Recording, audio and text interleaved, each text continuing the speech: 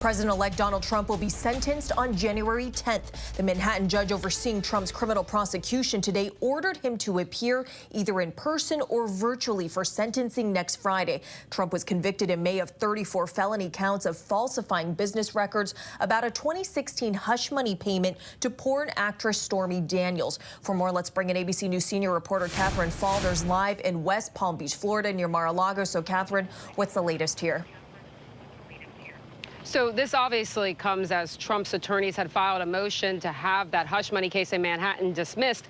The judge rejected that and instead said that Donald Trump must appear either in person or virtually to be sentenced on January 10th. That's only 10 days before his inauguration. But what the judge appears to indicate in this memo, in this decision, and this is important, he signals that he's intending to sentence Trump to what's called a quote-unquote unconditional discharge out of respect for the presidential immunity doctrine. We've been talking a lot about that presidential immunity decision at the Supreme Court, and the judge has said that he intends to sentence him to this unconditional discharge. Now, what does that mean? It essentially means that Trump just gets off with a mark on his record. We've talked a lot about the potential for jail time or some other sort of sentence. That is unlikely to happen here, and the judge essentially says as much. But it is big news that he will still be sentenced. He doesn't have to go in person. He can appear virtually. It's his decision, and he will need to do that 10 days before he is inaugurated as the next president.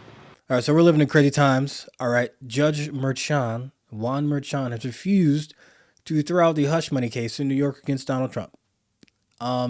He has instead opted to schedule his sentencing date for January 10th, which is just, of course, 10 days before the inauguration, of course. But there will be no jail time. The judge has sentenced him for no jail time, which would beg the question, what's the point of the sentencing anyway if there's not going to be any jail time? And just in case you don't know, you can't see what's going on, just like a lot of things that go on in politics and things that you see in the news, this, to me, is mostly fake. It's like a show. It's theater, basically. We know, of course, the left controls the media. That means that they can certainly facilitate and or create their own narrative because, I mean, let's be real. If you look at the average day American, most of us don't really pay. I mean, I know before I started paying attention, I didn't care at all. I saw headlines and that was what it was. Whatever the headline said, that's probably what I thought most of the time. I didn't really care. But my point is, you don't really pay close enough attention to realize the theater that happens in politics and the connections that it makes to mainstream media. So it doesn't really matter if the things that the media says are actually entirely true or not. The point is really just optics. So just to give you a slightly better understanding.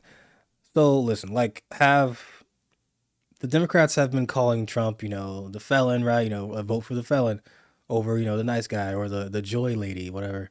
But, they said his supporters are racist, Nazis, Trump's Hitler, fascist, insurrectionist, threat to democracy. What else? Oh, a Russian agent, an agent of Russia. But do they actually think these things? I mean, if he actually tried to overthrow the government and actually tried to facilitate an insurrection, shouldn't he be in jail already? I mean, why isn't he in jail yet, right?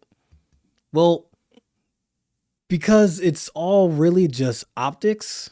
So none of it actually means anything except for in the court of public opinion. The Democratic Party is so hateful of Donald Trump that they literally became what they claim that Donald Trump is. Minus all the Russia stuff and yada, yada, yada, and the insurrection stuff.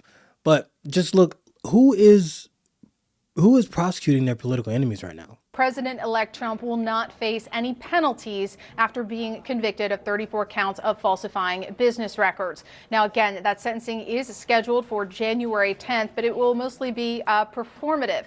Here in this lengthy opinion today, the judge makes it clear that even though he has the option to potentially assign a prison sentence here, he does not believe that is, quote, proper. He said that at this point, he usually doesn't give a preview of what he's going to do at sentencing, but he believes the best thing to do is what is called an unconditional discharge. So there will be no punishment and no penalty applied to the president-elect here. And the judge goes on to say that he agrees with the defendant's concerns about, quote, the mental and physical demands during the current transition, as well as guidance at the federal level about the extent to which you can have legal action against a sitting president, how that applies to a president-elect. And therefore, he says he is going to allow him to appear virtually so he can continue to do his work as president-elect. So yes, the headline is that he is going to be sentenced. President-elect Trump will be sentenced on January 10th, but the judge has already previewed that there will be no penalties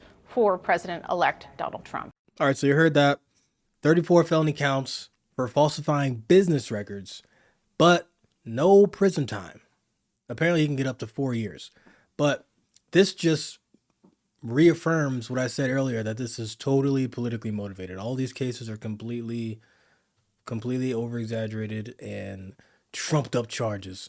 It's just for the headline because the media keeps repeating, they will keep repeating this story while at the same time trying to frame it as a stain on his legacy. So anyway, let me know what you guys think down in the comments below, and I will see you later. Don't forget to like, subscribe, and share. Peace out.